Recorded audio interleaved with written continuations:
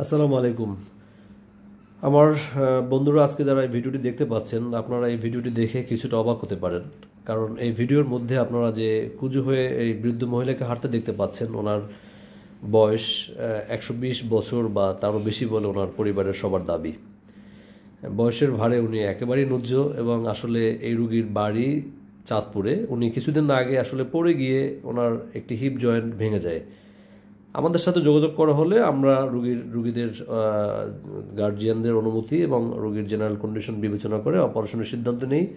এবং অপারেশনকালীন সময় এবং অপারেশনের পরে এখন পর্যন্ত কোনো জটিলতা আসলে এখনও আমাদেরকে পড়তে হয়নি। এবং আজকে দেখেন, রুগী অপারেশনের 14 দিন পরে আমাদের কাছে এসেছেন। আমরা অপারেশনের যে সেলাইগুলো খুলে দিয়েছি, ওনাকে হাঁটিয়েছি, উনি বেশ ভালো হাঁটতে পারছেন কোনো রকম ব্যথা ছাড়াই। আসলে এই ছোট সার্জারি জীবনের একটা বড় অভিজ্ঞতা বটে, এটা বলতে পারেন যে আসলে 120 বছর বয়সী কোনো মহিলা রুগীকে আমরা এত বড় একটি জটিল অস্ত্রোপচারের পরও রুগী দিব্যি সুস্থ আছেন এবং সে বেশ ভালো হাঁটতে পারছেন। এবং আমরা দোয়া করব ওনাকে যে আল্লাহ ওনাকে যেন হায়াতে তৈবা দান করেন। এবং ওনার আসলে বয়স বেশি হওয়ার জন্য উনি আগে থেকে একটু আসলে কুঁজো হয়ে হাঁটেন। ওনার মেরুদণ্ড বা স্পাইনেও সমস্যা আছে। আলহামদুলিল্লাহ, আল্লাহর কাছে অশেষ শুকরিয়া। সবাই আমার রোগীর জন্য দোয়া করবেন। আসসালামু আলাইকুম।